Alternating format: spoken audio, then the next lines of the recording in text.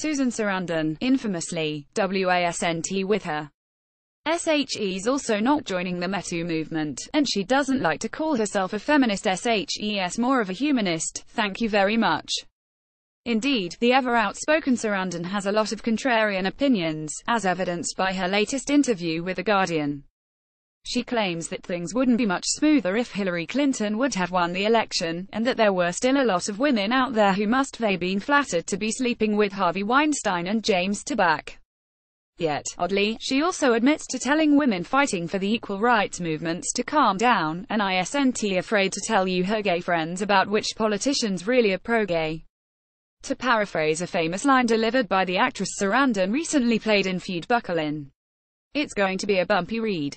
On Hillary Clinton. While she wasn't totally alone in her conviction, Sarandon was seen as one of the loudest famous voices during the election, claiming that there really wasn't that much difference between Trump and Clinton, and that she herself would be voting for Green Party candidate Jill Stein. 10 months into Trump's first term, Sarandon hasn't changed her tune. When asked whether she really said that Clinton would be more dangerous than Trump, she replied, "Not exactly, but I don't mind that." Quote, "I did think she was very, very dangerous. We would still be fracking. We would be at war if she was president. It wouldn't be much smoother. Look what happened under Obama that we didn't notice." On telling gay people they shouldn't support Hillary Clinton, strangely, some of my gay friends were like, "Oh, I just feel bad for Clinton." And I said, "She's not authentic. She's been terrible to gay people for the longest time. She's an opportunist." And then I'm like, okay, let's not talk about it anymore. Sounds delightful.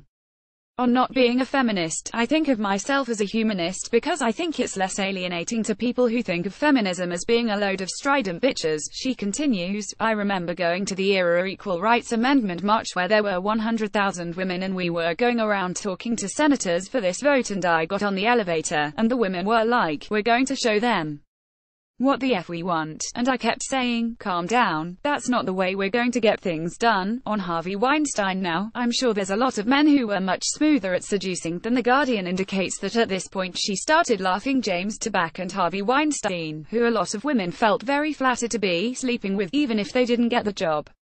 There's just a culture, starting in the 60s and 70s, where there was a certain amount of liberation that made it possible for those things to happen without even seeing yourself as a victim, incidentally.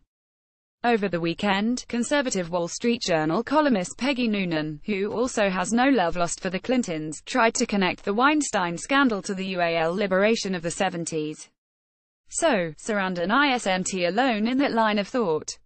Writer Emma Brockers also points out some other inconsistencies about Sarandon's politics. Mainly, how she thinks at this point women just need to admit, no one is going to fix it for you. It's up to you to fix it, while also blasting Clinton for not supporting an immediate $15 minimum wage. Though, maybe it's Sarandon herself who offers the most illuminating detail by explaining the culture in which she raised her daughter. She grew up in a house where she had a mother who earned her own money and was powerful, and she's in a progressive city, with other progressive kids. She wasn't even exposed to the more Republican part of Manhattan, she said. So she was in a progressive bubble. Related Saoirse Ronan on The Time, Susan Sarandon tried to get her in trouble with Prince Charles.